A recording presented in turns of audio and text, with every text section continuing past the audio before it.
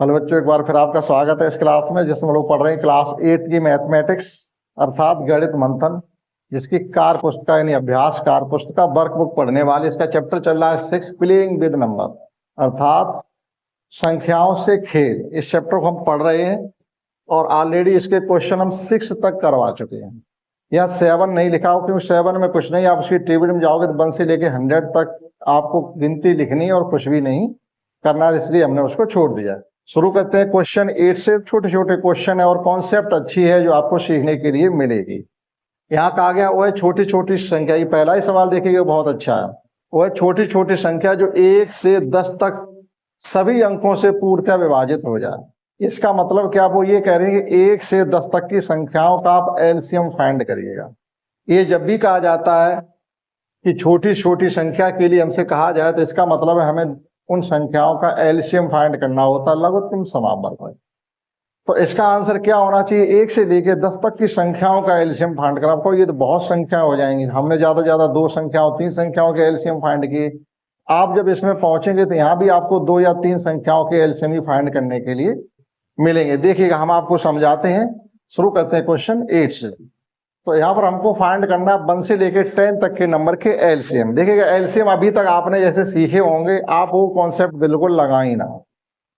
एक कॉन्सेप्ट क्या ये भी होती है, जैसे मान लीजिएगा आपको 3, 6, 9 और 12 आपको इनका एलसीएम फाइंड करना है। तो आप 2 तरीके से एलसीएम आपने सीखे कि इनके एक तो प्राइम फैक्टर करके हम एलसीएम फाइंड कर सकते हैं, दूसरे डिवीजन मेथड से एलसीएम फाइंड कर सकते हैं। 2 तरीके सीखे, लेकिन एक ये भी यही कॉन्सेप्ट भी तो हमारे पास कुछ होने चाहिए जो हम कम मेहनत से काम को कर पाए स्मार्ट तरीके से। जैसे एलसीएम का मतलब ही क्या होता है, वो है छोटा से छोटा नंबर जिसमें दी गई संख्याओं का पहाड़ा या दी गई संख्याओं से विभाजित होता है। अर्थात वो है छोटी छोटी संख्या जो दी गई संख्याओं के पहाड़े में आती हो। पहाड़े में आती है इसका मतलब नंबर पॉजिटिव होंगे, क्योंकि पहाड़ा हमेशा हम पॉजिटिव नंबर की तरफ ही तो बढ़ते हैं। तो आप यहां ध्यान से ये देखिएगा कि 3 के पहाड़े में 6 आते हैं, तो एलसीएम फाइंड करने में 3 का कोई रोल ही नहीं है।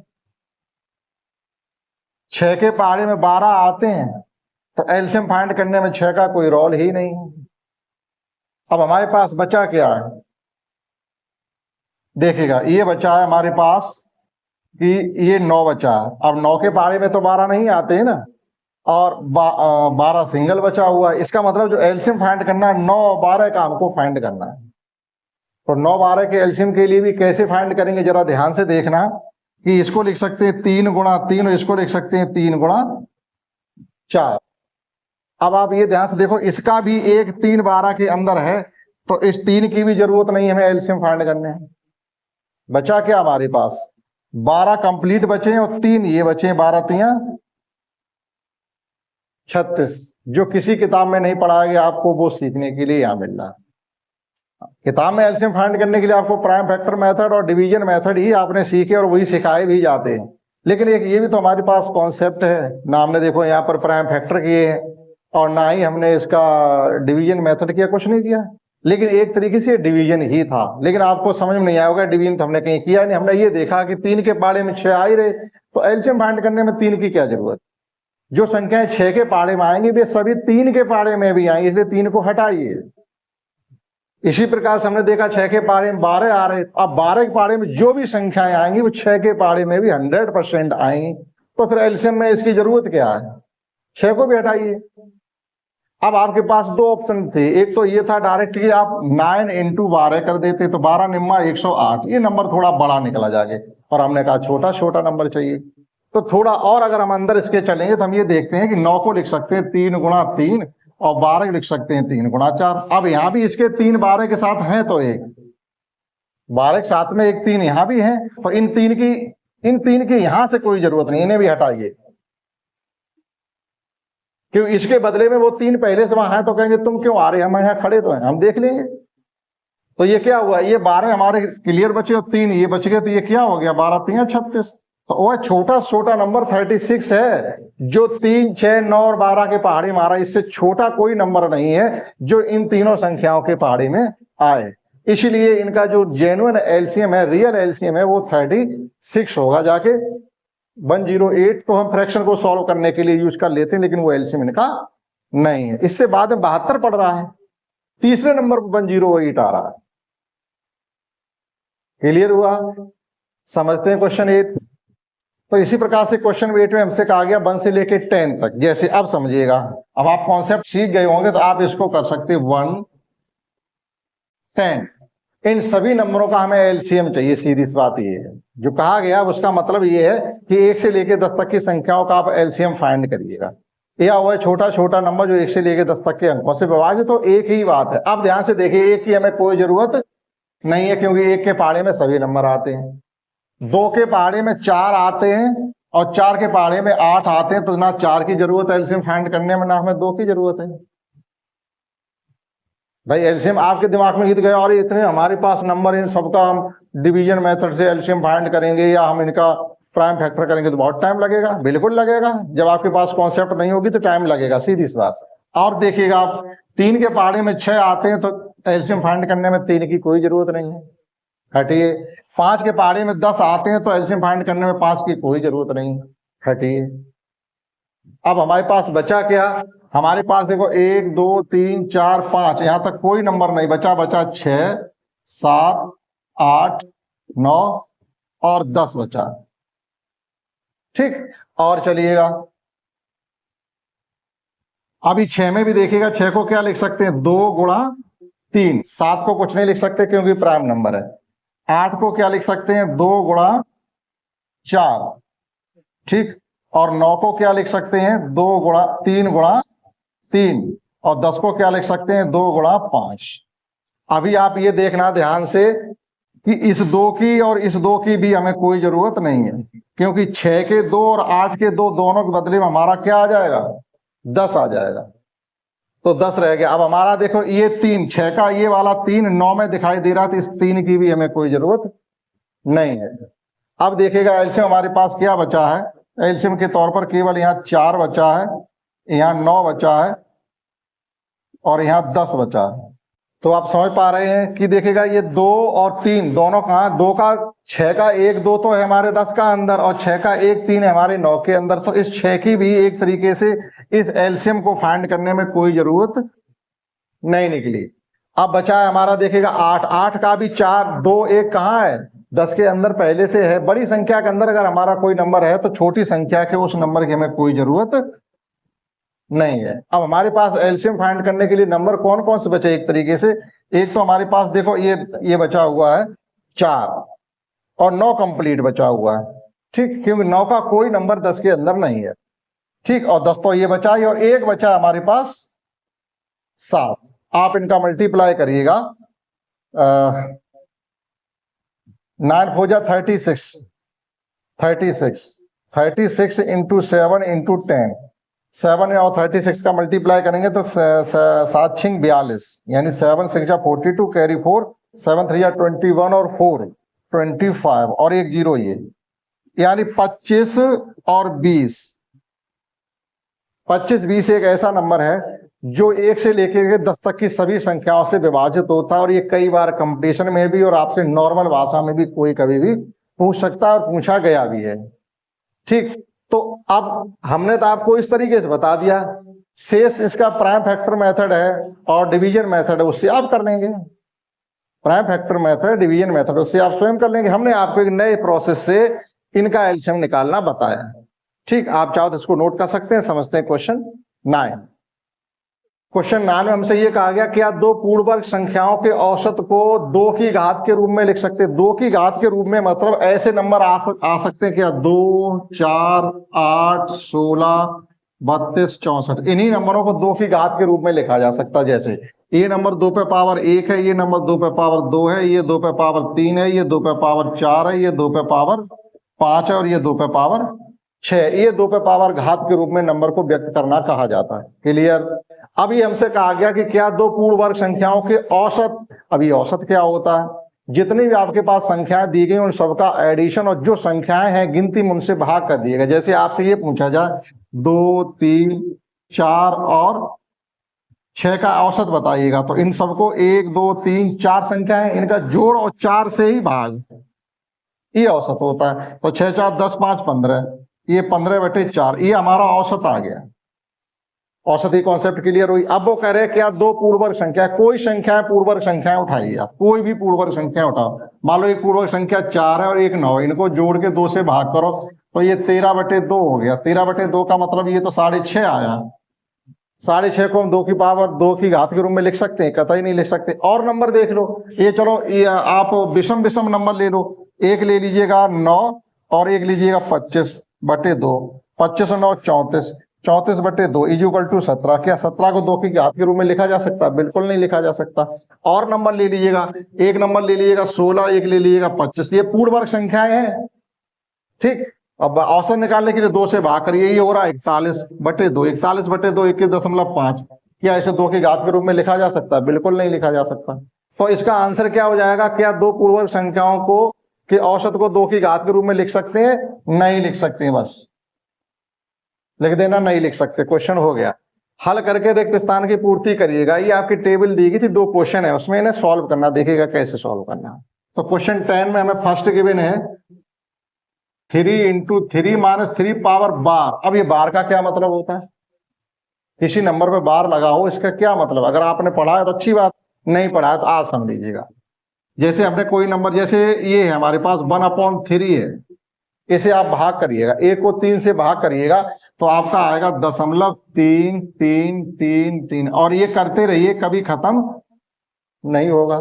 जब खत्म नहीं होगा तो इसी को डिनोट करने के लिए हम क्या लगा देते हैं? बार। जो नंबर रिपीट हो रहे हैं उनके ही ऊपर बार लगाते हैं, ठीक। मान लो लगातार कोई 2 ही नंबर रिपीट हो रहे होते इस प्रकार से, मान लो 32 32 32 32, ये रिपीट हो रही थी, तो बार में कैसे करेंगे? 0.32 पे बार, जो रिपीट हो रहे हैं उनके ऊपर बार लगा देते। क्लियर हुआ क्या? ज्यादा बताने की जरूरत नहीं, आप समझिएगा इसको। 3 - 3 - 0.3 है, ये 3 इस प्रकार से ही है, डॉट डॉट डॉट, ये चल रहा। अब एक तरीके से आप, ये हमारे पास 3.00 लिखा हुआ, इसमें से इसको कम कर दीजिएगा तो क्या बचेगा? एक कैरी जाएगी, 10 में से 3 जाएंगे 7 और ये 6, 2.67 बचेगा। तो 3 × 2.67, इसमें 3 का मल्टीप्लाई कर दो, 7 3 या 21, पॉइंट के 2 डिजिट तक हम निकाल रहे हैं, ठीक है। तो 7 3 या 21, 6 3 या 18 और 2 20, कैरी 2 8, यानी ये हो गया आपका 8.01।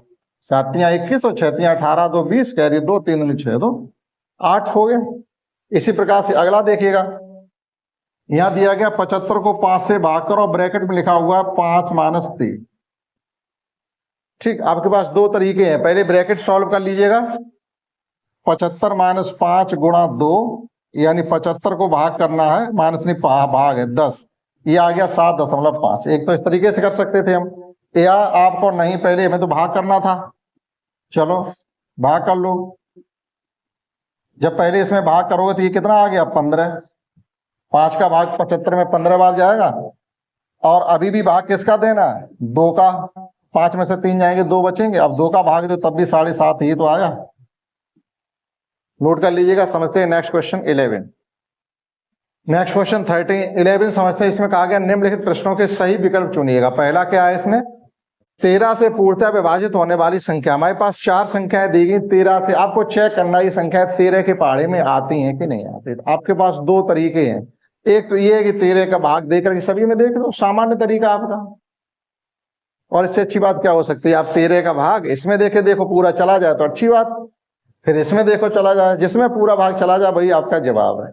दूसरी, आपकी बुक में कॉन्सेप्ट भी गिवन है, क्योंकि ये क्लास 8 का मैथमेटिक्स है, यहाँ अच्छी अच्छी कॉन्सेप्ट गिवन होती हैं, आगे आपके यूज में आती हैं। तो 13 की विभाज्यता का जो नियम होता है वो ये होता है, अगर कोई संख्या -1 3 4 1 -3 -4, और यही क्रम फिर रिपीट हो जाएगा। इनसे गुणा करने पर जो गुणनफल आए उनका एडिशन करिए आप, और वो एडिशन अगर 13 की पहाड़ी में आता है तो संख्या 13 से विभाजित होगी। ये एक तो रूल है इसका। और कोई छोटा नंबर या अगर 4 अंकों तक की कोई संख्या दी गई तो आप ऐसे ही 13 का पहाड़ा पढ़ के भी बता सकते हो, ठीक। और मान लीजिए कभी कभी उन्होंने 6 अंक 7 अंक या 9 अंक तक की संख्या दे दी है, तो फिर आपको क्या करना पड़ेगा? आपको फिर कॉन्सेप्ट पता होने चाहिए, नहीं तो ज्यादा टाइम लगेगा। अब देखिए, जैसे ये 13 1 13 कितने बच गए? 7।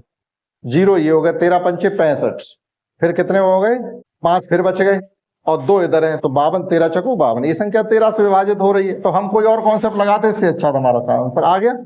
आप इसे चेक करिएगा, 13 एकन 13, फिर आपके 7 बच गए, 7 ये 2 ये 72 हो गए, आपके 13 पंचे 65 हो गए, फिर बच गए 7, आपकी 71 आ गया, 71 7 के पहाड़े 13 में नहीं आता, तो ये नहीं है। इसी प्रकार से यहाँ पर देखिएगा, आपका 13 एकन 13, फिर 7 बच गए, 72 हो गया, 13 पंचे 65, अब की बार 75 लास्ट में आएगा, 13 पहाड़ी में 75 आता नहीं है, तो 13 से आप 2003 को डिवाइड करके देखिएगा, 13 एकन 13 आपके 7 बच गए, 70 हो गए, तो 13 पंचे 65, फिर 5 बच गए आपके हो गए हैं 53, 13 पहाड़ी में नहीं आते। तो ऐसे करके भी आप, छोटे नंबर हैं तो ऐसे करके देख सकते हैं, लेकिन जब बड़े नंबर आपके पास आ जाएं तो आप इस कॉन्सेप्ट को भी लगा सकते हैं। मान लीजिए ये नंबर हमने आपको दे दिया, ये नंबर है आपका, ठीक, 6 डिजिट का नंबर ले लीजिएगा, ये है।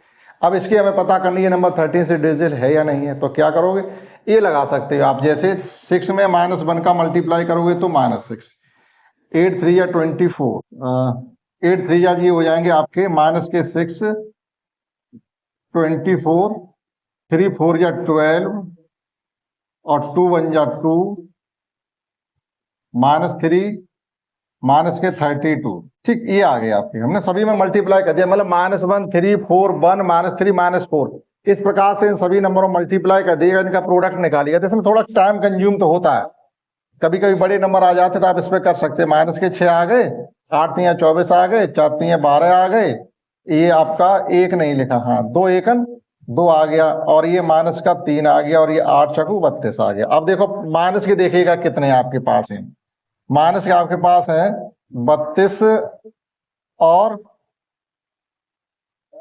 ये 6 3 9, 32 9, ये माइनस के हमारे पास 41 हो गए, और प्लस के देखिएगा कितने हैं 36 और 2 38, यानी जो भी इनका डिफरेंस आ रहा माइनस में आ रहा, और 3 की टेबल में भी वो 13 की टेबल में नहीं आ रहा। तो ये कॉन्सेप्ट है 13 से डिवाइड करने का, इस प्रकार से नंबर दे दिया, नॉर्मल तरीके से आप उसके पहाड़ा पढ़ के बता सकते हैं। इसी प्रकार से 11 से विभाजित होने वाली संख्या इसमें आपको बतानी। अब देखिएगा 11 से के लिए क्या है कि 7 11 13 की एक रियल कॉन्सेप्ट भी है, लेकिन वो 9 नंबर या पेयर बना के आप कर सकते हैं। जैसे देखिएगा 1 2 3 4 5 6 7 नंबर है, इसमें 2 जीरो बढ़ा लो, पेयर बना लो इनके, ठीक। तो इस प्रकार से सब में हमें देखना पड़ेगा कि कौन सा नंबर डिविजिबल है या कौन सा नहीं है। इससे अच्छा तो ये है कि हम क्या करेंगे, सम स्थान पर आने वाले नंबरों का योगफल और विषम स्थान पर आने वाले नंबरों के योगफल का अंतर देखिएगा कि वो 11 से डिविजिबल है या नहीं। वो 11 की कॉन्सेप्ट आप सही समझ पाएंगे। जैसे ये नंबर हमारा फर्स्ट गिवन है 20210449 है, 1 2 3 4 5 6 7। सम स्थान पर आने वाले नंबर कौन से हैं, 7, वो एक है हमारा 6 1 और 2, इनका एडिशन करना 6 3 9 हो रहा। और विषम स्थान पर आने वाले नंबर एक 9 है, फिर 0 है, फिर 2 है, फिर 2 है। तो जरा जोड़ना इनको, 9 और 2 11 और 2 13, 13 9 का अंतर आप निकालिएगा, 3 आ रहा, 11 के पहाड़े में नहीं आ रहा। तो इस प्रकार से आप सम और विषम संख्या पर स्थान पर आने वाली संख्याओं के अंतर को देखेंगे कि आप वो 11 के पहाड़े में आते हैं कि नहीं आते हैं। दूसरा एक ये भी तरीका है, जरा हम अगला नंबर लिखते हैं। देखो 3 तरीके से, एक आपका पेयर बना के भी है, 3 3 की ट्रिक बनाते हैं। जैसे एक हमने 9 नंबर हम बता दे रहे, एक तो ये हो गई आपकी सम विषम स्थान का योगफल देखते हैं, 0 या 11 के पहाड़े में आ जाए, जैसे अंतर 11 आ जाता, 22 आ जाता है, नंबर 11 से डिविजिबल होता, या अंतर 0 आ जाता, वो हो गई। दूसरा क्या है, जरा ये देखिएगा, ये नंबर है 28 21 0 49, 11 का पहाड़ा इसमें पढ़ना, और यहाँ पेयर नहीं बन रही है, तो हम क्या करेंगे, चलो उसको 9 रहने दीजिएगा। 11 दूनी 22, यहाँ कितना ज्यादा है, यहाँ प्लस का 6 है, और यहाँ माइनस का 1 कम। अगर 22 होते पूरा भाग चला जाता, माइनस का 1 कम है। यहाँ पर आपके माइनस के 7 हैं, और यहाँ आपके माइनस के 2 है। अब जरा देखिएगा, ये अंतर अगर 0 हो जाए आपस में, तो भी 11 से भाग हो जाएगा इसमें। देखो ये कितने हो रहे, 7 2 9, और मतलब माइनस के 10 प्लस के 6 हो रहे हैं, तो अंतर कितना आया, -3। तो ये भी नंबर 11 से डिविजिबल है। एक तो ये तरीका हो गया। दूसरा क्या होता है, आपके पास पेयर बना लीजिएगा। जैसे मान लो यही इसमें 1 2 3 4 5 6 7 हैं, तो 2 जीरो पहले बढ़ा लो, 8, 21, 0, 49, 28 था। अब देखो एक पेयर 3 का ये बन गया, एक ये बन गया, एक ये बन गया। ये पेयर पहले नंबर पाएगा, ये दूसरे, ये तीसरे। तो जो ये विषम स्थान पर जो पेयर बन रहे हैं इनका जोड़ करिएगा। ये है 49 में 2 जोड़ेंगे तो ये हो जाएगा आपका 51, और इनका जोड़ करिए, जो भी आया इसमें से आप माइनस कर दो। 821 से 51 को कम कर दीजिएगा तो ये 0 बच गया, और 12 में से 5 गए, 7 बच गए, और ये बच गया 6। अब ये देखो आपका 13 से डिविजिबल है क्या? नहीं है। ये जो अंतर आपका आ रहा था क्या 13 से भाग हो रहा है? नहीं हो रहा। तो इस प्रकार से 13 की डिविजिबल, वो सॉरी 11 का पढ़ा पड़िएगा, 11 का। ये वाली जो ट्रिक है वो तीनों के लिए है, 7, 11 और 13। 7 से भाग हो जाए संख्या, 7 से डिविजिबल होगी, 7 के टेबल में नहीं आ रही। 11 छक्का 66, 11 के टेबल में नहीं आ रही। और 13 के लिए देखो 13 पंचे 65, फिर बचेंगे 20, 13। यानी ये संख्या ना तो 7 के पाड़े में आ रही, ना 11 के, ना 13 के पाड़े में आ रही है। तो जो संख्या है, जैसे हमारे पास अभी कितने अंक थे? 2, 4, 6, 7 अंक थे। तो इधर आगे हमने 2 जीरो बढ़ा के 3 3 के पेयर बन गए हमारे 3। पहले नंबर का पेयर और तीसरे नंबर के पेयर का जोड़ करते हैं, उस जोड़ को बीच वाले पेयर से माइनस करते हैं। अंतर ये देखते हैं क्या अब 7, 11, 13 किसी के पहाड़े में भी आता तो संख्या उसी से विभाजित हो जाएगी। तो इस प्रकार से आप इसको चेक करके कर लेंगे। 11 से विभाजित होने वाली संख्या कौन सी है? ये ऑप्शन आपके गिवन थे। ठीक, समझते हैं नेक्स्ट क्वेश्चन।